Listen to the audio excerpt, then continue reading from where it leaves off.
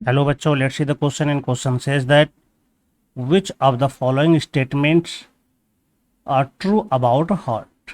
यहाँ पर हार्ट के बारे में क्वेश्चंस पूछे गए हैं। पूछा गया कि इसमें से कौन कौन सा पॉइंट करेक्ट है। यहाँ पर टोटल 4 पॉइंट्स है और ये 4 पॉइंट जो रिलेटेड है यह वर्किंग ऑफ हार्ट से रिलेटेड है।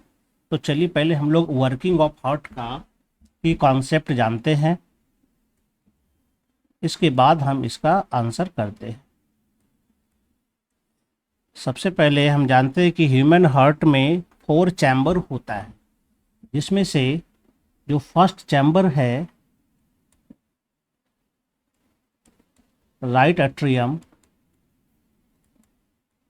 या फिर राइट ऑरिकल, ये क्या करता है, यह ब्लड को रिसीव करता है। यह डीऑक्सीजनेटेड ब्लड फ्रॉम बॉडी, ये पूरे बॉडी से डीऑक्सीजनेटेड ब्लड को रिसीव करता है सुपीरियर वेना केवा और इन्फीरियर वेना केवा के थ्रू। यह राइट एट्रियम में जब ब्लड आता है तो इसमें कॉन्स्ट्रिक्शन होता है और यह ब्लड पहुंच जाता है राइट वेंट्रिकल में। यानी कि राइट वेंट्रिकल में भी क्या है, डीऑक्सीजनेटेड ब्लड ही है।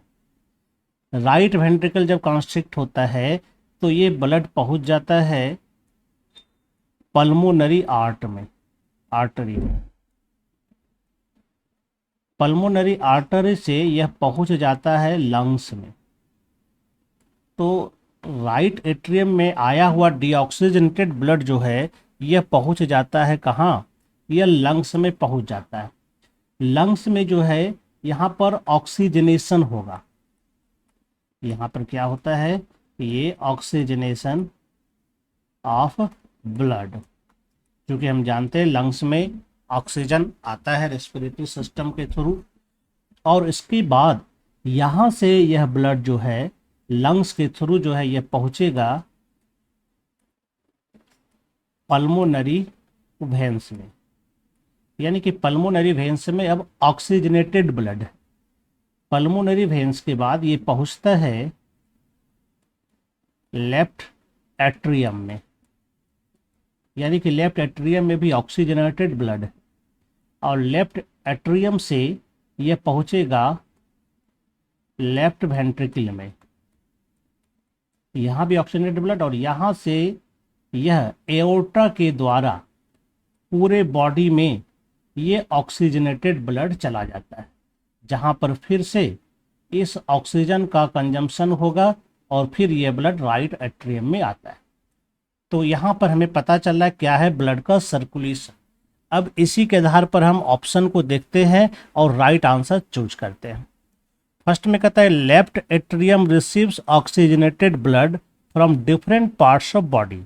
तो लेफ्ट एट्रियम जो होता है यह ऑक्सीजनेटेड ब्लड तो रिसीव जरूर कर रहा है, लेकिन यह पल्मोनरी वेन्स यानी कि लंग्स के थ्रू आ रहा है, जबकि यह कह रहा है कि पूरा डिफरेंट पार्ट्स ऑफ बॉडी के द्वारा। तो ये यहाँ पर रॉन्ग है।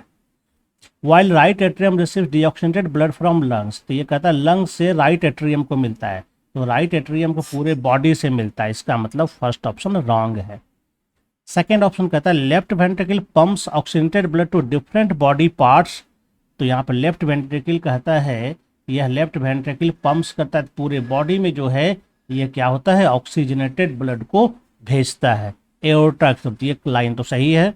जबकि सेकंड में कहता है while right ventricle pumps deoxygenated blood to the lungs, तो ये भी सही है। ये राइट वेंट्रिकल जो है जब कॉन्ट्रैक्ट होता है तो ये लंग्स में पहुंचता है। तो सेकेंड नंबर हमारा ट्रू पॉइंट है। थर्ड में कहता है कि left atrium transfer oxygenated blood to right ventricle which sends it to different body part. तो कहता है लेफ्ट एट्रियम ऑक्सीजनेटेड ब्लड को राइट वेंट्रिकल में पहुंचाता है। तो लेफ्ट एट्रियम राइट वेंट्रिकल में नहीं पहुंचाता, लेफ्ट वेंट्रिकल में ही पहुंचाता है ऑक्सीजनेटेड ब्लड को, यानी ये रॉन्ग है।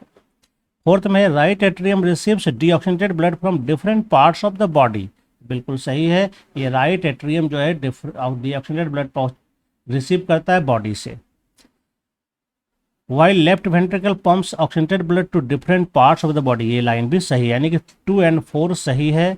तो 1 ए नंबर रॉन्ग हो जाएगा, बी नंबर में सिर्फ 2 कह रहा है तो ये भी नहीं होगा, सी में दोनों दिया है 2 एंड 4, डी में 1 एंड 3 तो रॉन्ग हो गया।